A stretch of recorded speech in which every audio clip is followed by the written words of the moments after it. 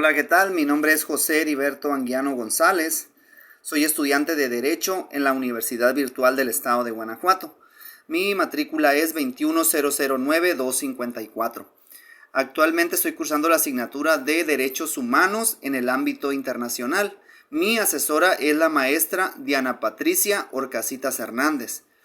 A continuación presento el reto 1 titulado ¿Qué es la dignidad humana?, siendo el día 30 de septiembre de 2023.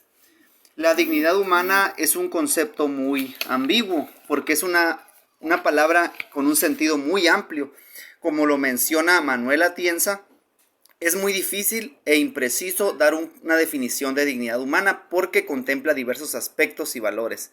Además, la concepción de dignidad humana puede variar dependiendo de la visión que tenga cada persona sobre ella y que, por ejemplo, algún aspecto que una persona no contemple o no considere como parte de ella, para otros sujetos sí podría incluirse dentro del concepto. Pero tratando de aproximarnos a un concepto o más bien una opinión personal sobre qué es la dignidad humana, desde mi punto de vista podría concebirla como el valor que tenemos todos los seres humanos por el solo hecho de serlo, el cual nos permite ser valorado por otros y por sí mismos y que nos ayuda a vivir plenamente.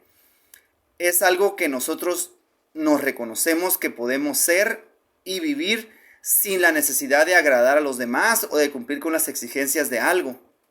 Por ejemplo, aunque en la sociedad el término se interpreta de otra forma y se cree que una persona que tiene dignidad humana es solamente aquella que se conduce con honestidad, honradez, con rectitud ante la sociedad y que hace valer esa dignidad y es vista con buenos ojos por sus iguales, la realidad es que todas las personas tienen dignidad sin importar su comportamiento. Atienza menciona también que la dignidad humana supone el derecho y la obligación que tiene cada uno de los individuos humanos de desarrollarse a sí mismo como persona, desde luego con ciertos límites, como la obligación hacia los demás seres humanos de contribuir al libre e igual desarrollo como nosotros.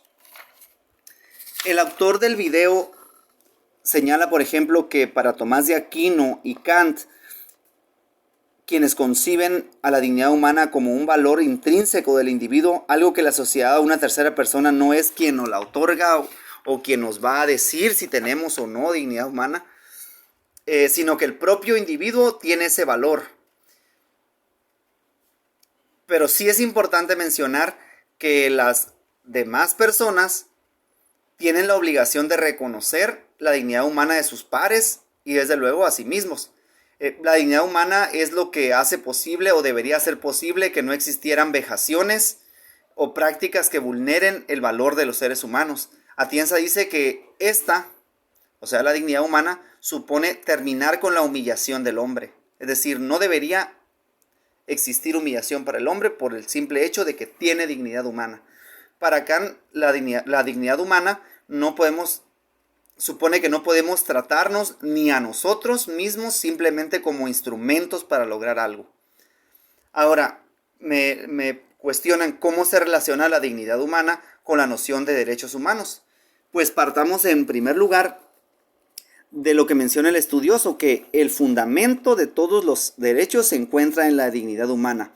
Esto me parece trascendental, porque en todos los tratados y leyes, hablo por ejemplo de la Declaración Universal de Derechos Humanos, las constituciones de los países y las organizaciones buscan precisamente hacer velar por la preservación de la dignidad humana de toda persona, sin importar su raza, sexo, religión, nacionalidad, condición social, sin importar si es pobre o rico.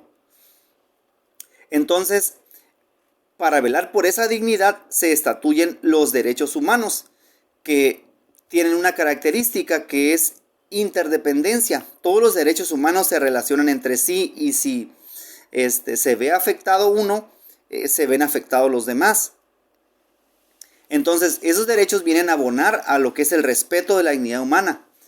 A pesar de lo anterior, hay derechos que prácticamente te señalan o hay instrumentos que te señalan la protección de la dignidad, por así decirlo directamente. Por ejemplo, tenemos En el derecho a la vida, que se establece en el artículo 4 de la Convención Americana de Derechos Humanos, pues sin ella no podríamos hablar de dignidad humana. Si se aplicara la pena de muerte a un sujeto, a un individuo, no hablamos de que tiene dignidad humana o de que se respete más bien su dignidad humana.